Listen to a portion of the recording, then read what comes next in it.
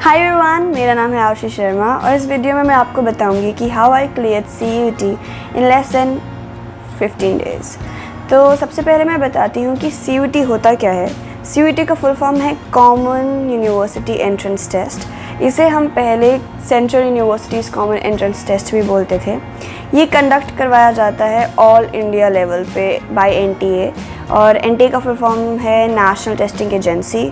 इसके अंदर various courses के एडमिशन के लिए एक टेस्ट है, जैसे कि under graduate programs, integrated program, post graduate diploma, certification courses और रिसर्च प्रोग्राम्स।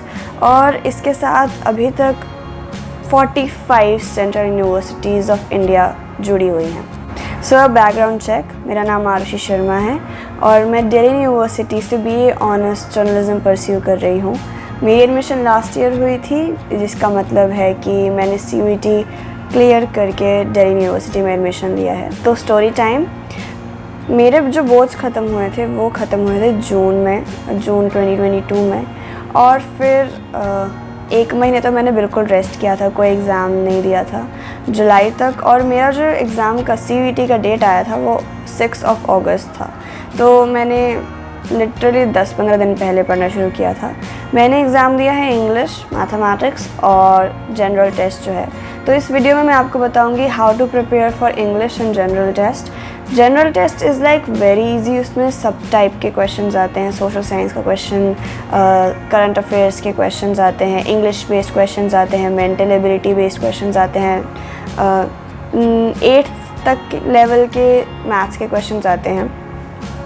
तो सबसे बेस्ट जो मैं आप सबको एडवाइस दे सकती हूँ फॉर जनरल टेस्ट इज़ कि आप कोई बुक लीजिए, सिर्फ एक बुक लीजिए, एक बुक, मल्टीपल बुक्स नहीं लेंगे हम, बिकॉज़ उससे हमारा डिस्ट्रैक्शन बढ़ जाता है। मैंने बोर्ड्स के टाइम ये किया था और बहुत ज़्यादा डिस्ट्रैक्शन था। मेरी एक बुक ख़त्म नहीं हो रही थी, दूसरी बुक पढ़ी हुई थी, जबकि दोनों बुक्स में मोस्टली सेम चीज़ें होती हैं। क्वेश्चंस में राम के जगह शाम कर देंगे और कुछ ज़्यादा फ़र्क नहीं होता। Most books are like similar और वो एक सेम पैटर्न पे बेस्ड हैं, बिकॉज CUET के लिए बुक है और सेम टाइप के क्वेश्चंस होंगे, बिकॉज जनरल टेस्ट के ऊपर बेस्ड बुक आप लेंगे। और आप कोशिश कीजिए कि हर एक टॉपिक से आप एटलीस्ट 20 क्वेश्चंस तो कीजिए, पढ़िए, आप सॉल्व कीजिए, उसके बाद आंसर्स देखिए कि मैच हो रहे हैं कि नहीं। एंड इसमें तो मैं बस यही कह सकती हूँ कि practice makes a man perfect.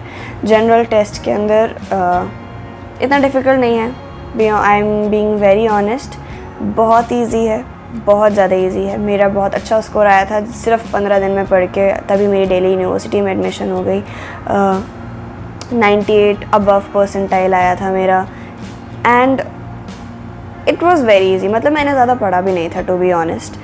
General test में और फोकस कीजिए मैथ्स। जो बायो स्टूडेंट हैं, प्लीज़ अगर उन्हें जनरल टेस्ट देना है तो फोकस कीजिए मैथ्स पे, और मैथ्स वाले प्लीज़ बायो पे फोकस कीजिए, बिकॉज साइंस से भी क्वेश्चंस आते हैं और मैथ्स से भी क्वेश्चन आते हैं। सिर्फ 10th लेवल तक आता है, but still try to revise that. Okay, book का ऐसा कुछ है नहीं, मार्केट में बहुत ज़्यादा बुक्स अवेलेबल हैं।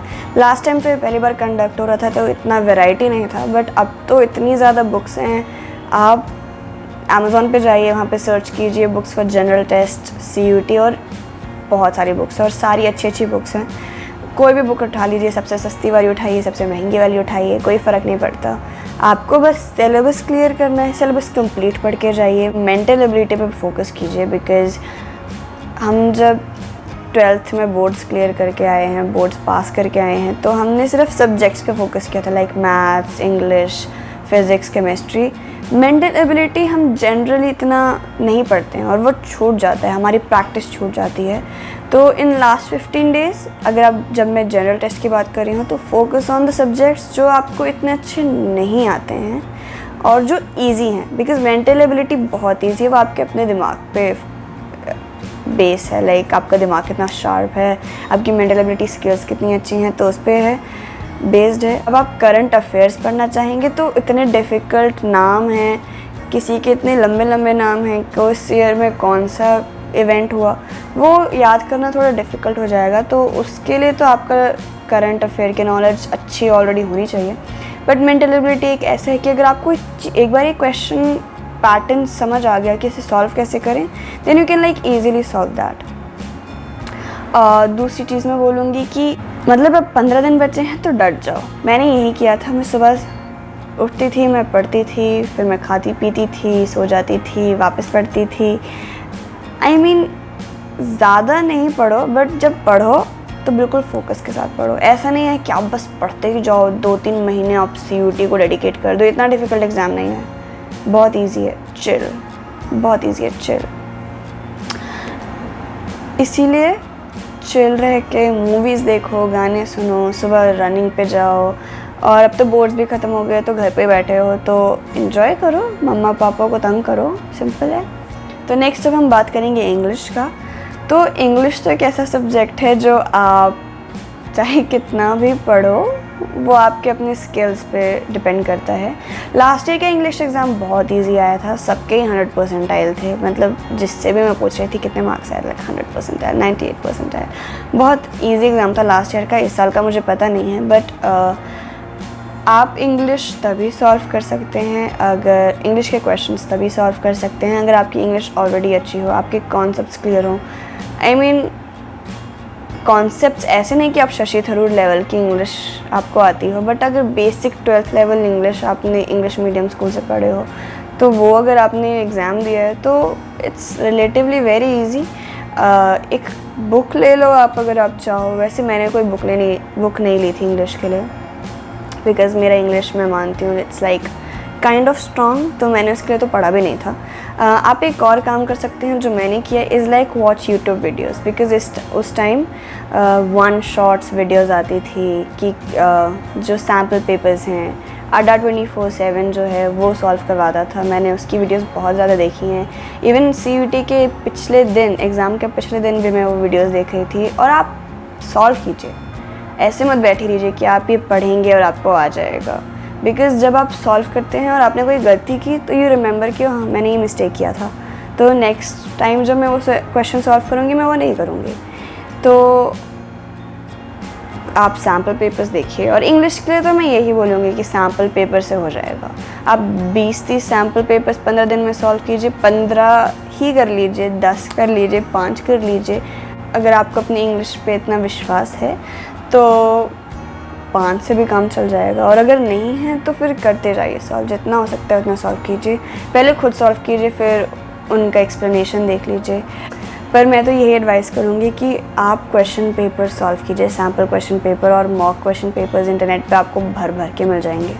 फ्री में भी मिल जाएंगे, पैसे दे के भी मिल जाएंगे। फ्री वाले of course is like affordable, तो वही रिकमेंड करूँगी मैं। और ऐसा नहीं है कि बहुत डिफ़िकल्ट एग्ज़ाम है, इजी है, हो जाएगा। बस आपके कॉन्सेप्ट्स क्लियर होने चाहिए और 15 दिन में भी हो जाएगा। मैंने तो 15 दिन में भी ज़्यादा पढ़ाई करके नहीं किया था, पर हो जाएगा, इट्स वेरी इजी। जो असली खेल है, मार्क्स तो अगर आपके आ गए। असली खेल जो अगर आपको दिल्ली यूनिवर्सिटी में आना है तो वो है प्रेफरेंस लिस्ट का, और उसके बारे में आपको मैं अपनी नेक्स्ट वीडियो में बताऊंगी, how I got into Delhi university. तो if you're interested please wait for that video. That was it.